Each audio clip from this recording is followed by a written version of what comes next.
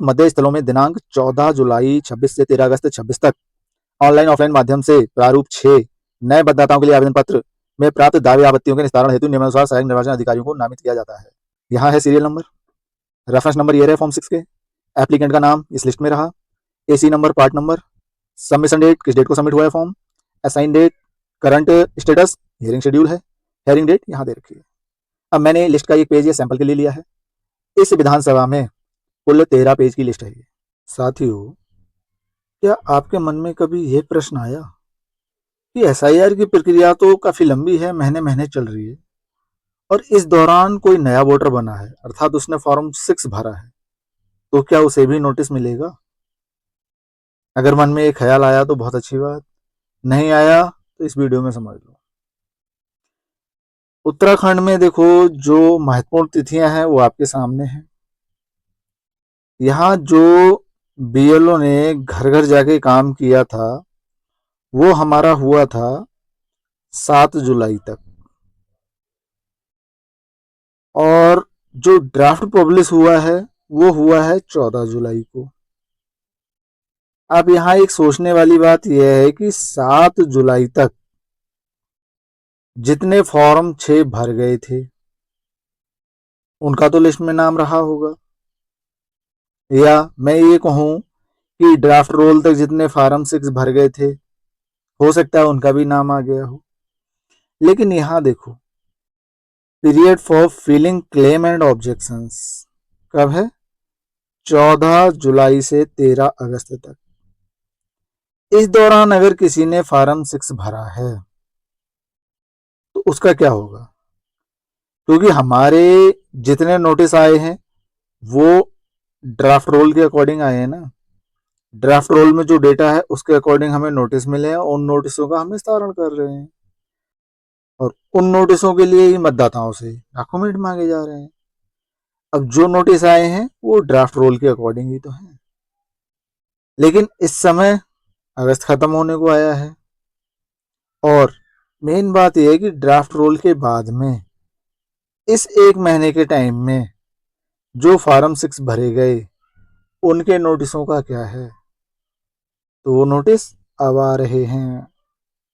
हालांकि नोटिस के डिस्पोजल का जो फेस है ऑब्जेक्शन और नोटिस का, वो 14/7 से 11/9 है। और पब्लिकेशन ऑफ इलेक्टोरल रोल, तो जो फाइनल रोल होगा वो 15 सितंबर को पब्लिश हो रहा है। अब मैं आपको बता दूं कि ये जो 13 तारीख दिख रही है, 13 अगस्त के बाद में फॉर्म 6 भरना बंद कर दिया गया है, क्लोज। अब भरा जाएगा फॉर्म 6 15 सितंबर के बाद में। लेकिन बात तो वही हुई ना कि इस 14 जुलाई से 13 अगस्त के बीच में जो फॉर्म 6 भर गए थे एक महीने में, बहुत सारे एलिजिबल लोग होंगे ना, उनके नोटिस अब आ रहे हैं। इस दौरान जिन लोगों ने भरे हैं फॉर्म 6 उनके नोटिस आ रहे हैं। उसके लिए एक ऑफिशियल लेटर जारी हुआ है जिसको मैं इस वीडियो में दिखाने जा रहा हूँ। देखो, ये है वो ऑफिशियल लेटर। लोक प्रतिनिधित्व अधिनियम 1950 की धारा 13C के प्रावधानों के तहत विधानसभा, अब ये विधानसभा का जो क्षेत्र है वो मैंने हाइड कर दिया है, क्षेत्र अंतर्गत मध्य स्थलों में दिनांक 14 जुलाई 26 से 13 अगस्त 26 तक ऑनलाइन ऑफलाइन माध्यम से प्रारूप 6 नए मतदाताओं के लिए आवेदन पत्र में प्राप्त दावे आपत्तियों के निस्तारण हेतु नियमानुसार सहायक निर्वाचन अधिकारियों को नामित किया जाता है। ये रहे हमारे सहायक निर्वाचन अधिकारी जो नामित किए गए हैं, ये उनके पद नाम हैं, ये उनको कौन सा मध्य स्थल आवंटित किए गए हैं वो हैं, सुनवाई हेतु कुल दावे आपत्तियां, और सुनवाई इस तिथि को है। उक्त के अतिरिक्त मध्य स्थल संख्या 158 से 188 तक के कुल प्राप्त 87 दावे आपत्तियों का निस्तारण अधोहस्ताक्षरी कार्यालय द्वारा किया जाएगा। अधोहस्ताक्षरी मतलब ये हुए अधोहस्ताक्षरी, निर्वाचक रजिस्ट्रीकरण अधिकारी ऑब्लिक उप जिलाधिकारी, और ये विधानसभा क्षेत्र जो भी है उसके।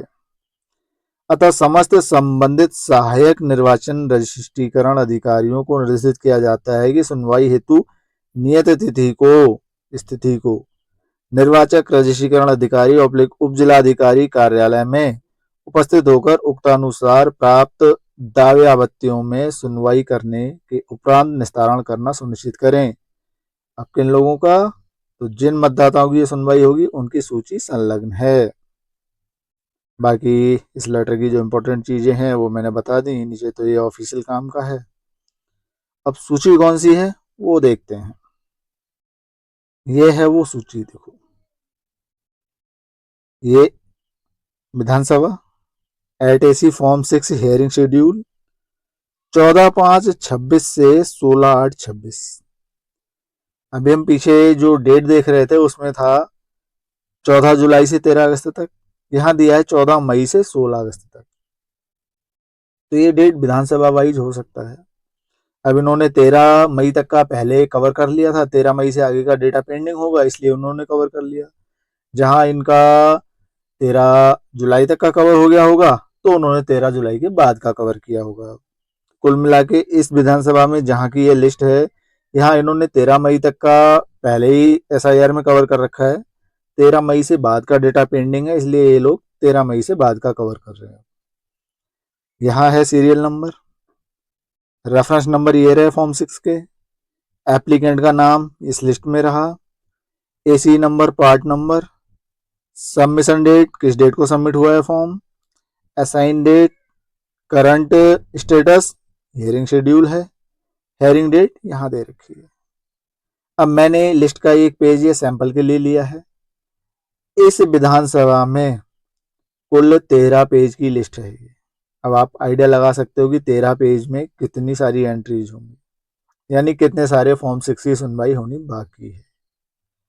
तो भाई जो भी बीएलओ या पदाविहित या सेक्टर हैं, ये मत सोचिएगा कि हमारे यहाँ नोटिसों का निस्तारण हो गया, काम खत्म।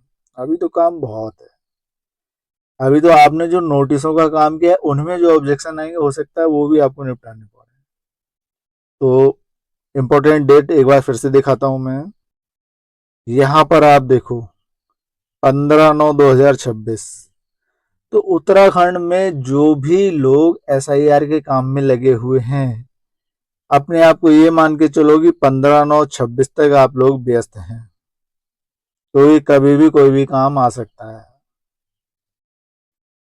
तो जिन लोगों ने फॉर्म 6 एसआईआर की प्रक्रिया के दौरान भरे हैं उनके नोटिसों की सुनवाई अब हो रही है। तो आप लोग भी सावधान हो जाइएगा। इस संबंध में आगे कोई सूचना मिलेगी तो आपको पुनः अवगत कराया जाएगा।